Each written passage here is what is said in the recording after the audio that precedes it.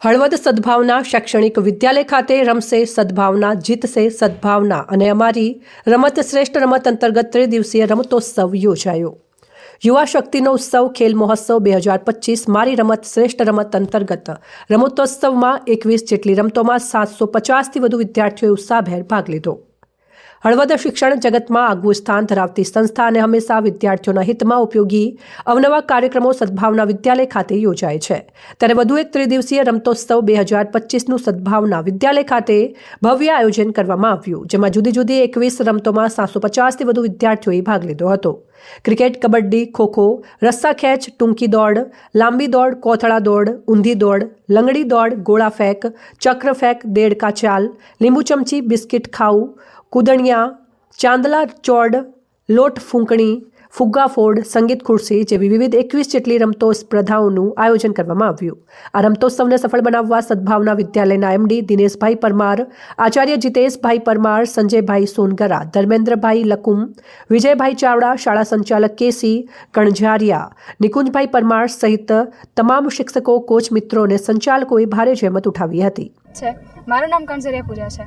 અહીંયા જે કંઈ તમને જોવા મળે છે આ જે રમત ઉત્સવ છે, જેમાં તમારો ઉત્સાહ વધારો હોય તો આ રમત ઉત્સવને એક વખત તો નિહાળવો જ જોઈએ। આજે અહીંયા સદભાવનામાં છેલ્લા 3 દિવસથી રમતોત્સવ ચાલી રહ્યો છે।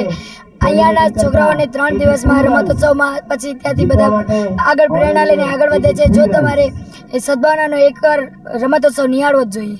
પટાંગણની અંદર ત્રિદિવસીય એક રમતોત્સવનું આયોજન છે, રમશે સદભાવના જીતશે સદભાવના 2025 અંતર્ગત આજે અહીંયા પટાંગણની અંદર લગભગ 21 પ્રકારની અલગ અલગ રમતો, એમાં ક્રિકેટ છે, ખોખો છે, કબડ્ડી છે, લાંબી દોડ છે, ઊંચી કૂદ છે, પછી લોટ ફૂંકડી છે અને રસ્સા ખેંચ છે, એવી અલગ અલગ 21 પ્રકારની રમતોત્સવનું આયોજન કરવામાં આવ્યું છે।